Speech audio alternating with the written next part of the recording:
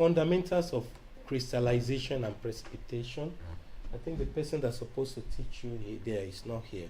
So I'll teach you crystallization. And we may not touch ion exchange resin because of time, because I will dwell more on crystallization. This is very important, especially for your exam. Then if you have any question regarding what you've done before, so we can go through it.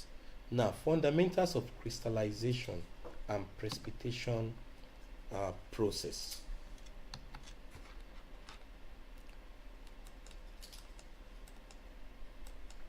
What is crystallization and what is precipitation? Now, before we go, precipitation, can someone give me just an example of precipitation? The process that has to do with precipitation. I know we are more familiar with precipitation than crystallization. Can you give me an example? Rain is precipitation. Is that what? Rain. Precipitation is No. like we do that in geography. Just give me a physical process that has to do with precipitation. Leah? Give me a physical process that has to do with precipitation. I just have to precipitate, even if it is food in the kitchen. Devika? Boil, no, you don't. Let's assume, let's say, do you know semolina? Semolina? Is it semolina or semolina? Semolina. Yeah, it's semolina. Yeah, That's semolina. that you only, Yeah. when you pour it inside the water, what happens? It comes out, right?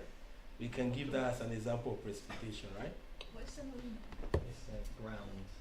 It's like a If you are ground used to rice. eating McDonald's, you won't know semolina. It's like Oh, yes. I know. It's, I think, also cotton to me. Oh, okay. And then you know when you get like a So now, like a roll, red roll that's got like yeah, precipitation and cream on the top.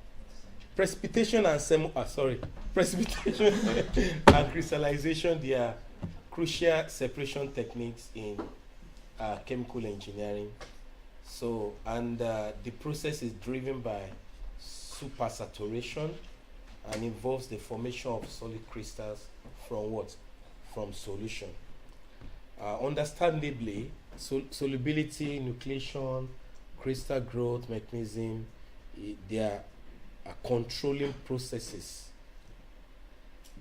Is key to controlling these processes. So there are three important mechanisms that controls precipitation and crystallization. So I want to touch this. Last year we didn't do anything like crystallization, but I want to touch this because many of the lab research or industrial research deals more with crystallization and precipitation.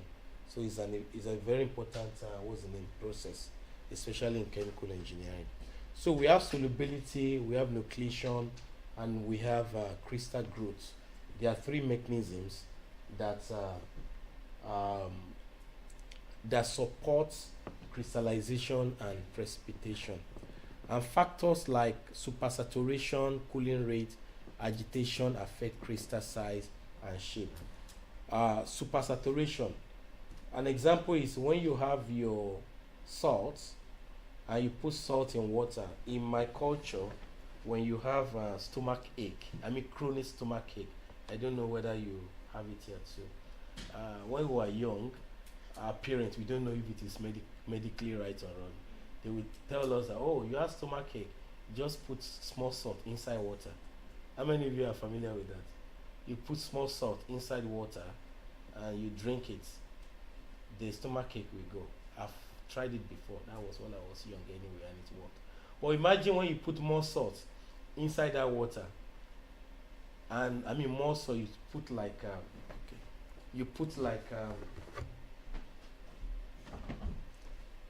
okay, let's assume inside this what's the bottle, you put like 10 spoon of salt, or let's just say 20 spoon of salt inside this. What happens to this water? The water will become saturated. Do you understand me now? So now, supersaturation, cooling rate, agitation, they are factors that affect crystal size and shapes. And equipment selection and process design, they are very important in achieving desired product characteristics and process efficiency. Don't worry, we have run through different processes that has to do with crystallization and precipitation. And let's say, for example, in precipitation work based on changes in pH. So we use precipitation most of the time in removing desired products, most especially in natural products research, all this medicinal chemistry and the rest like that. So if you want to remove carbohydrate or you want to remove protein, you can actually precipitate out protein from your solution, or precipitate out carbohydrate from your solution. And so depending on what you want to do. So what are the fundamentals of crystallization and precipitation? Crystallization involves the formation of solid crystals from homogeneous solution. And what are homogeneous solution? They are uniform what? Uniform solution, right? So why precipitation occur when a solid separates from a liquid solution due to a chemical reaction or change in what? Solubility. So that's the difference between crystallization and precipitation. Precipitation work more on solubility. Let me give you an example. Maybe if I use an example of precipitation, you understand more. Now, in the extraction of protein from, plant-based protein, one of the important method we use is, we call it isoelectric precipitation. So isoelectric precipitation has to do with precipitation based on pH. Now, let's assume that you want to extract protein from apple, for example, apple juice. Now, maybe after you grind the apple and the rest like that, you squeeze it out, maybe using cold press, you have your apple juice, right? So one of the way to precipitate out your protein is that you add small portion of citric acid inside that apple juice. The more you add it, you will discover that it will get to a point where the apple juice where the apple juice will turn cloudy. At the point where the apple juice turn cloudy, we call that point isoelectric point. So the only thing, that cloudiness that is formed is a protein. So when you wait for some time, you discover that cloudy formation will what? Will settle at the bottom of your container. Then you can decant and have only what? Only your protein. So what you have that is being precipitated is what we call alternative protein. Exactly. That's precipitation. And it works based on solubility. At that point, all other components like carbohydrate, fat and oil, everything becomes soluble except the protein. So the protein that is not soluble will what? We settle at the bottom of the container. I'm just telling you some of the things we do in the lab, especially to extract alternative protein, those alternative protein that they always carry about. So that is one point. So precipitation, to a larger extent, work based on solubility. Why crystallization? There's nothing like solubility there. So crystallization involves the formation of solid crystals from homogeneous solution. But in precipitation, the solution has nothing to do with homogeneous or uniformity. There's nothing like uniformity there. So both processes are driven by supersaturation. What is supersaturation? It's a state where the solution contains more dissolved solid than the equilibrium solubility. An example is the example I gave you.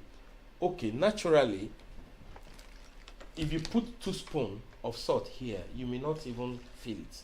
Or maybe 1 spoon of salt. Or imagine putting like 20 spoons of salt inside this one. It becomes saturated. So it becomes saturated to the extent that the dissolved solids contain more solids than the equilibrium. It is still at equilibrium when you cannot feel it here. If I put salt here, you may not know there is salt inside because it's still at equilibrium. It's still uniform. But when it gets to a point where it's no more at equilibrium, it becomes supersaturated. So you can only form crystal or get crystal in any formation until you have the supersaturation of your solids. And that's one of the problem that people face in the lab. They just think that, oh, when you have a solution like that, crystal will start growing. No. In most instances, you need to have more of the solids inside your solution for crystal to form. And that is what we call supersaturation. You will understand it more maybe after this level. Maybe if you go for your masters, I know many of you want to do your masters, so you understand more when you get to the lab that when you have supersaturation, then at that point you can actually have crystallization or even precipitation at times. So supersaturation, we mentioned supersaturation before, nucleation and crystal growth. There are three mechanisms that governs precipitation and crystallization. All this what I'm teaching is more practical reality than the theory, but it's better you have the background. I've done this before, so I know how it looks like, but just have the background understanding now. And now, crystallization and precipitation are essential separation techniques in chemical engineering, and we use it for purification, for recovery, and also for new product development. Not product design, it should be new product development, for new product development. And thermodynamics and kinetics, they play crucial role in determining the onset, that is the beginning, the rate, and the extent of what? Crystal formation. And then we have something we call solubility curve. If we have time, maybe next week, if we have time, we deal more with solubility curve, how you can use solubility curve to determine the rate and extent of crystal formation. If you have time, we can do that. But that's above your level, but we can still have an introduction to that. And the solubility curve and phase diagram. You remember phase diagram? You remember phase diagram last year in the separation 1, right? So when you have your, in separation 1, you remember this, when you have, I know some of you already, you only grab, I forgot it. You remember this phase diagram? And you remember this phase diagram, when it's more or less like when a plane is taking off. When a place is taking off, it's for temperature. Did you still remember? Nasia? For a plane that is taking off, is this temperature or what? Do you remember? Oh, God. This one. Now, phase diagram and solubility curve, they are diagrams that provide valuable information about the condition required for crystallization. So there we have temperature, we have pressure, we have composition. If you remember the phase diagram in distillation process, it's always a composition, right? And then we have all this dew point and bubble point. You remember? Last year, don't worry, you may not know. Last year we did that. So what I'm saying in essence is that the same way we use phase diagram in distillation process to explain and to give some information concerning your process, we can actually use phase diagram and solubility curve also to understand the rate of crystal growth in your experiment. So, and now we have something we call metastable zone width, which represent the degree of supersaturation. Now, I mentioned supersaturation here. Leah, don't sleep. I mentioned supersaturation here, that when you put salt inside this pot, inside this water, and it gets to a point that the amount of salt that is inside this water is even more than the water we have here. So there is an overshoot above the equilibrium point, right? Now, the metastable zone represents the degree of supersaturation that can be achieved before spontaneous nucleation occurs. Don't worry, I will explain what nucleation is all about. You should expect that in the exam anyway. So now, the first thing you should take note of here is I can ask you, come in please. I can ask you this. Okay, I have this question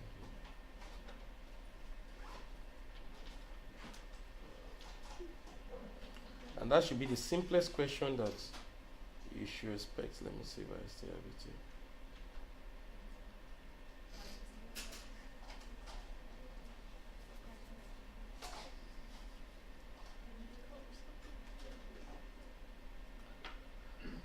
Okay, what if I ask you that, listen, if I ask you that you should identify key distinction between crystallization and precipitation? Hello? See, I'm telling you, something to expect in the exam, and you are talking. Continue. Identify key distinction between crystallization and precipitation process. And you emphasizing supersaturation as a driving force, thermodynamics, kinetic aspect, and industrial application. So I may give you that question, that's 10 marks. And that's very important. So I just explained 10 marks from what. Then we have nucleation bath of new crystals. That is another mechanism. Now, we mentioned 3 mechanisms that governs crystallization and precipitation. The first one has to do with solubility. The second one has to do with nucleation, and the last one has to do with crystal growth. Right? Now, let's talk about the first part. What is nucleation? Nucleation generally has to do with birth of new crystals. Now, nucleation is the initial step in crystallization involving the formation of small crystals, small clusters or embryo of crystalline phase. And we have something we call primary nucleation. This occurs in the absence of existing crystal and can be either homogeneous or heterogeneous. And we have 2 types of primary nucleation. We have homogeneous nucleation and we have heterogeneous nucleation. I can actually ask you what is the difference between both. And you know the way I ask my question, I will give you a story first and I will ask you, okay, in this process above, we have heterogeneous nucleation and homogeneous nucleation. Give the the differences between both, and so on and so forth. So, homogeneous nucleation involves spontaneous formation of what? Nucleo from supersaturated solution, while heterogeneous nucleation is induced by the presence of foreign particles, surface, or impurities. Let me explain this. Let me think of a process. Now, in homogeneous nucleation, we have our solution like this, right? So, and I told you that nucleation has to do with the formation of small crystal, right? And the small crystal will only form when there is supersaturation, right? So it may not form with salt. I mean the example I gave you. But other salts, when you put it inside water like this, when you reach the supersaturation point, it will start forming crystal. Please, do you know the meaning of crystal, please? Have you seen crystal before? Yeah. So it will start forming crystal, right? Now, we have the formation of that, the first phase of crystal, that is the birth of a new crystal, is in 2 parts. You can either have homogeneous nucleation and heterogeneous nucleation. For homogeneous nucleation, it's more or less like the more we had more salt here, the crystal will just form like that without any external addition. But for heterogeneous nucleation, before crystal can be formed, you have to add maybe small crystal, existing crystal, small inside, or you have small impurities to trigger the formation of that crystal, and that is heterogeneous crystal. So in heterogeneous crystal involve the introduction of foreign particles, surface of foreign crystals or whatever like that. While homogeneous nucleation is just a spontaneous formation. You don't need to trigger it. Is that clear? I don't know. I want to see. I'm thinking of a process where you have to have small foreign body before you start forming. Can you give me one example? One example? Salt crystal? Speak louder, please.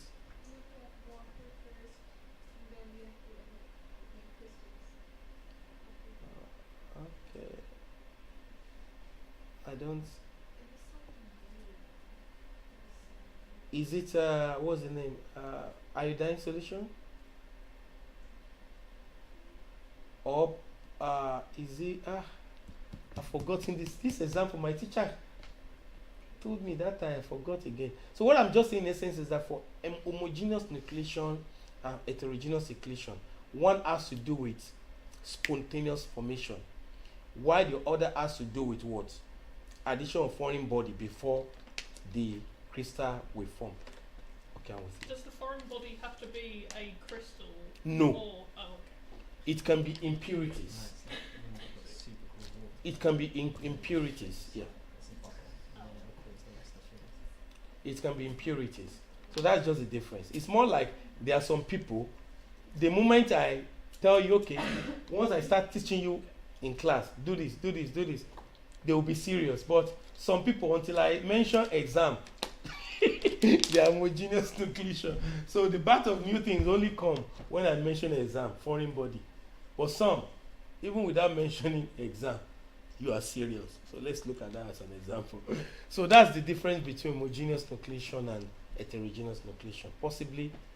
It's possible you meet this in the exam. So the presence of existing crystal triggers secondary nucleation. So heterogeneous nucleation is the same thing as secondary nucleation. So, and that one only happens when you introduce what's an existing crystal inside, or you introduce small impurities inside. That is what we want trigger the formation of that crystal, and we can either call it secondary nucleation or you call it heterogeneous nucleation. So, and can be caused by crystal breakage, attrition, or surface braiding. And classical nucleation theory describes the thermodynamics barrier for nucleation based on the balance between surface and volume free energy. So crystal nucleus size represent the minimum size required for a stable nucleus to grow spontaneously. So before crystal can grow, the first thing that happens is that you have the nuclear formation. That's a small crystal in the middle like this.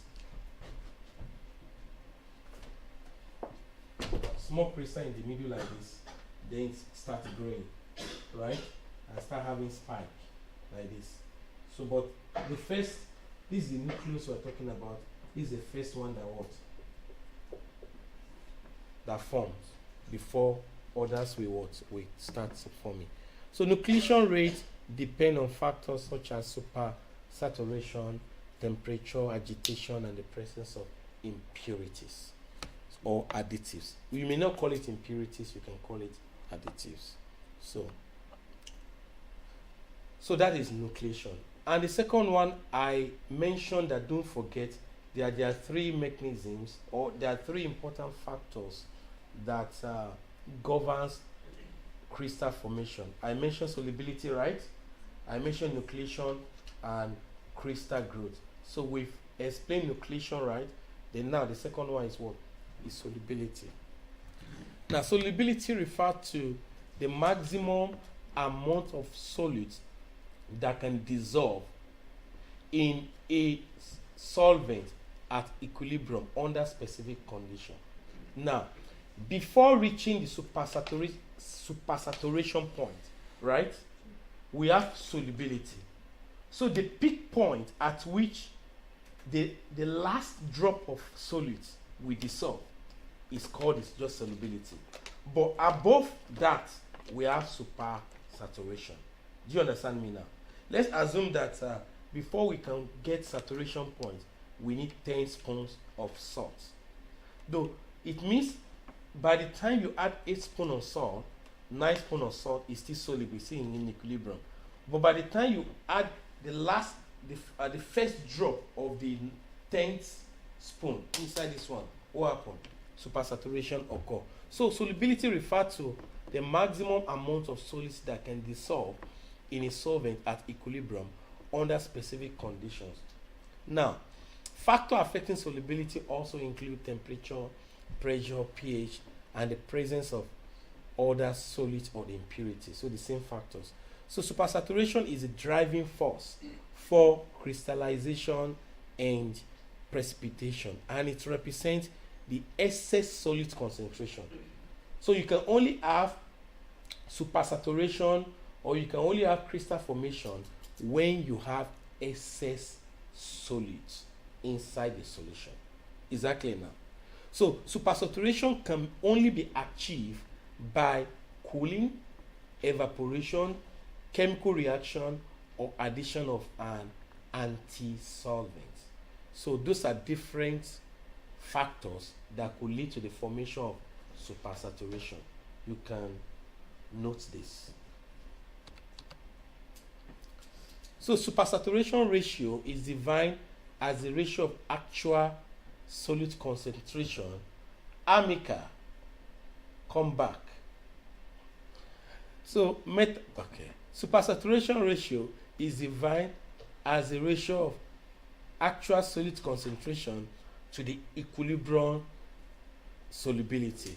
So we call something metastable zone. What is metastable zone? Possibly I can give you different concepts to define. Just define the following for me. What is supersaturation? What is metastable zone, and the rest? But if I want to define it, I'll bring story, right? Then you know that you have to define it. So metastable zone is a region between the solubility curve and supersolubility curve. So supersolubility has to do with saturation point, right? So where crystal growth can occur without spontaneous nucleation. So now we call something, and there is a graph that shows the solubility curve that combines both the solubility curve and supersaturation curve, or we call it supersolubility curve. We call that curve Oswald-Myers diagram. This one will come out in your exam. You can't escape it. So it illustrates the relationship between solubility, supersolubility, and metastable zone. So this Oswald-Myers diagram explains solubility, supersaturation, and the region where crystallization occurs in a solid solvent system. What if I ask you, with the aid of a diagram, describe 3 zones in Oswald-Myers diagram while discussing their importance in crystallization control? I won't say more than that. Now, this is the diagram. Go back to the recording, right? So, it's more or less like I'm giving you a spool and you want me to repeat again. No. So, Oswald-Myers diagram for a solid solvent system. Please know this diagram. You can't escape it, right? Except if you don't come for the exam. It's very important. So look at this one now. We have 3 zones. From that question, I ask you that you should mention 3 words. That you should describe the 3 zones in Oswald-Myers diagram while discussing their importance. We have 3 zones. We have the labile zone, we have the metastable zone, and we have the stable zone. 1. For the stable zone, that's the first zone. This is under the stable zone, dissolution only occur. That is, at this point, we are still adding our salts. And no show. It's more or less like when you are eating, right?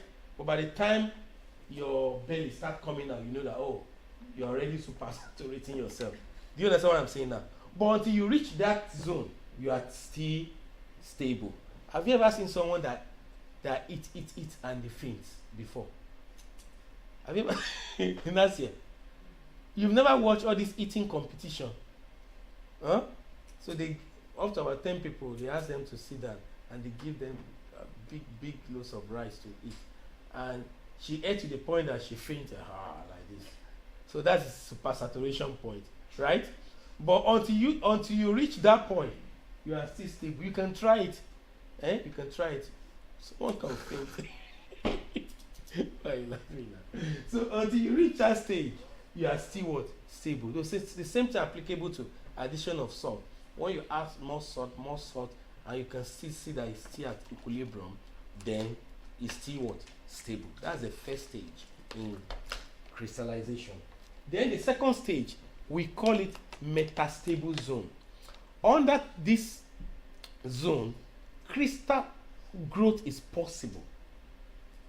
But you can't have crystal growth except you trigger it. So at that point, it is metastable. It's already saturated, but it's not shown. It's more or less like, let me use this example. I always tell you that when you are depressed, find someone to talk to, right? Don't die in silence. Because some people don't just die. I need to tell you this because it happened last year. I think it's one of the classes. See, I'm not just a teacher here. I'm your academic therapist. So if you have problem with my course, don't die because of my course. Come to me, right? I will find help. Don't get to a point. All of you are still looking stable now. You understand? You are still stable. Everybody looks stable now. So don't reach this point until you voice out, right? Because at this point, a little trigger can cause metastable. Let me give you an example. I always like giving real life example. Have you ever seen a situation? I think it happened to one of my friends. I think someone died and he was acting like a big person.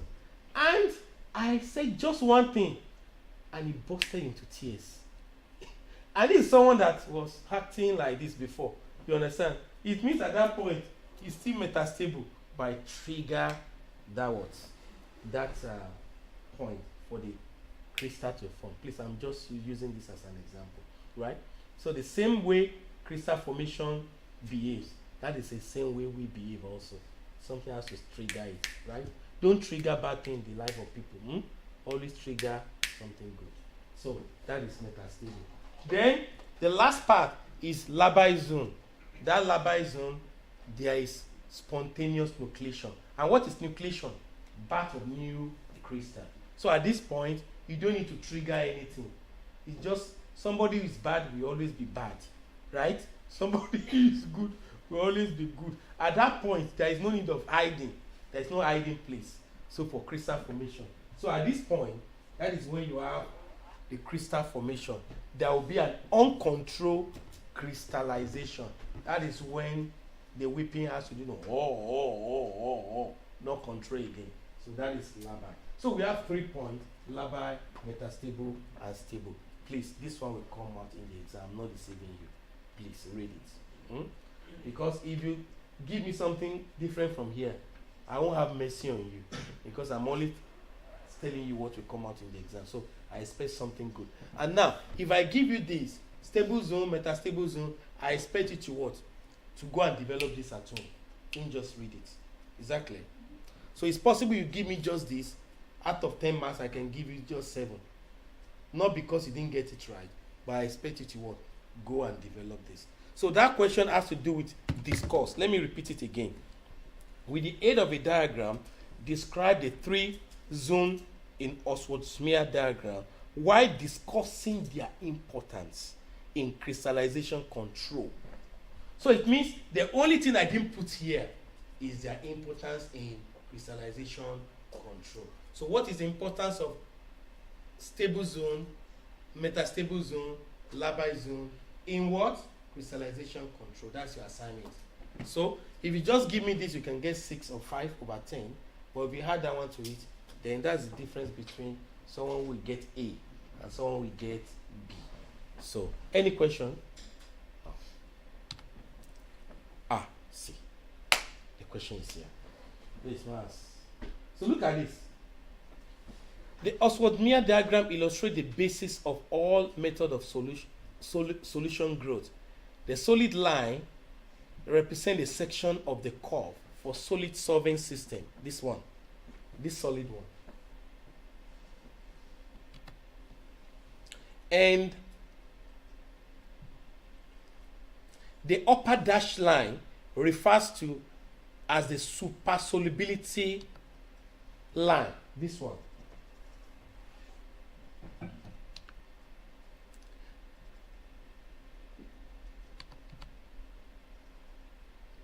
and denotes the temperature and concentration where spontaneous nucleation occur. So the diagram can be evaluated based on 3 zones. We mentioned the word stable zone, that's unsaturated zone, right? So the crystal formation, the solubility is still under control, right? So metastable zone is a supersaturated zone also, but there is no spontaneous nucleation. But spontaneous nucleation is only probable when you introduce a trigger, either impurities like additives or you introduce existing crystal inside, right? And the unstable or labile zone is a zone where there is spontaneous nucleation. That is, there is no space for hiding anything again, because you have an uncontrollable growth of what? Of crystal. Do you understand now? Now, see, those are the things you need to add. No more assignments. Just add this one to it. Stable zone. Below the solubility curve. Solution is unsaturated, but it can dissolve more solid. No crystallization occur. And this is an example. Adding sugar to tea at room temperature, it dissolves easily. It dissolves easily until saturation is what? Is reached. I think you know that. That's a real life example. And metastable. Solution is supersaturated but stable against spontaneous nucleation. So crystallization does not start spontaneously. However, if seeds, or we call it tiny crystal, or impurities are added, crystal growth begins. So control crystallization usually happens here. An example is when you have in rock candy production. Some of the candy you have is produced based on crystallization.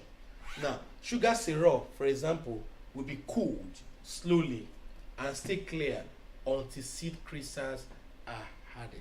I think I need to ask some of the Indians here. I think because while I was in Malaysia, I ate more of candy from Indians. Yeah, they have nice candies. Debika, you eat candies, right? All those small candies, yeah? You don't, we have one lady then, just one elderly lady. She used to produce all those small candy. And all those small Malay children will line up and they'll be collecting candies from her. I think one of the production method is what? Using this method. So the syrup will be cooled slowly and stay clear until seed crystals are added. And this is metastable region. And the next one is the last one. That's when we have supersolubility. And this is highly supersaturated zone above the supersolubility curve. So whatever you have to explain to me, you have to explain it using that word, that solubility curve. You draw the solubility curve and you explain each zone, right? Then there's something you add to it. You will have to add what is the implication of it in crystallization control. Please do it today so that you not forget. Because if you just explain it to me and without adding that one to it, you may not get the full mark, which is 10 marks, right? And for labile region, which is above the supersolubility, there is instant precipitation of salt when two reactive solution are mixed. An example is when you have sodium carbonate and what? Calcium chloride together. You have CaCO3, we call it CaCO3. So calcium carbonate, and that is a crystal that is being formed. At this point, you don't need any form of seed crystallization. So in the formation of crystals, there are crystals that are formed when at metastable stage. And crystals that are formed at metastable stage can only be achieved when you have addition of what? Addition of seed crystals. Or you add additives to it. There are crystals that forms like that. And there are other crystals that only form when you have supersaturation. When you have supersaturation, there are crystals that forms like that. So that is that about Osford-Meyer's method. So we have 1 hour You can rest for 5 minutes. We have the first 1 hour. Then we come back again to crystal growth. Growth mechanism in crystal. If one crystal starts forming, does that, because of the high concentration area, does that reduce the likelihood of other crystals forming? Or does it potentially induce it? Most of the time, there are two possibilities. When you see one crystal forming, it's either you are already above supersolubility, or unknowingly, maybe you added additives or something foreign agent enter into it that triggered it. Any question, please? Erica, any question? Simeon, what happened? You are quiet today. Any problem? Are you good? Cow. Okay. Assistant cow. Assistant cow. Any question? I don't want to mention your name again. Amine or Amine. You are just doing like this. Is it Amine? Amine. No, she didn't want me to call her Hieba. You want Hieba? You want me to call you Hieba? Sure. It's like you are tired of me. Don't worry, I'll call you Hieba, right? I think we have an activist at the back. Okay, please. We have 3 more minutes, then we can continue.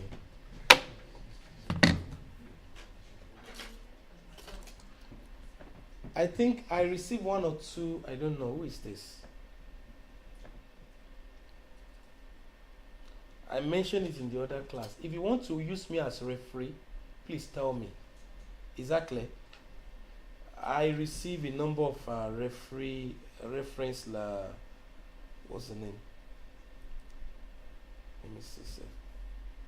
Referee request. I think from 2 or 3 people. I don't know if it is from this class or from master's class. Those in master's class. None of them tell me they are the one. Please, if you want to use me as referee, please let me know. There's a reason for it. If I'm writing a reference letter, I will write the reference letter based on how I know you. Now I'm teaching you separation 2. So I can tell, okay, I taught you separation 2, you have good character and the rest like that. That's very good. Please, if you want to use me as referee, let me know. Because if I use you as referee, if you use me as referee and you fumble, they will call me. So if they send me a letter, maybe to write a reference letter for you, I need to know you, because I had to ignore some of the reference because I don't know where it's coming from. Please let me know. So that's very important. And this is where being a good person comes in. The fact that I'm the one teaching you now, it's not about me alone, even about other lecturers. Be good to them. Some of you, when you see people outside, you behave as if you never met them. It's not good. It's cultural. You understand? When you see your teacher, even if it's hi, it's okay. It won't kill you. It won't kill you. So tomorrow you come back to that lecture. It's not about me, but I see that culture, at least among us here. So it's not a good culture. So if you see someone you know and you have good rapport, hi, I will say hi also. But some of you, once you similar, because other lecturers, they complain about it. You see your lecturer, as if you never know that. It's not a good thing. And this is the same lecturer you come back to and ask for reference letter. It happens especially for those master students. Many of them are now asking for reference letter, and I don't know them. That's just, I only know them in class. So if I want to attest your character, how do I? I can't. Though you don't hold me, you don't need to greet me, but it's not about me. It's about others, you understand? So just be friendly to people. Don't just, if I see you outside, I greet you. That's life, Doesn't take anything from you. So that's by the way anyway. But please, it's not compulsory to greet me before you start, before you report me again. So I'm just saying that that's a normal thing. It's not about me. Even other lecturers, you see, you have your lecturer, apart from, though you pay to be here, you understand? But at least some of them, they go beyond what they should do. You understand? Some of them you send to them maybe during weekends. They should be with their family, like Josie. So it's not compulsory, but at least that's, especially when we are within the school premises. If you're outside, don't greet me. I don't care. I don't even want to know you. So it's just about reference letter. That's just it. So it's nothing more.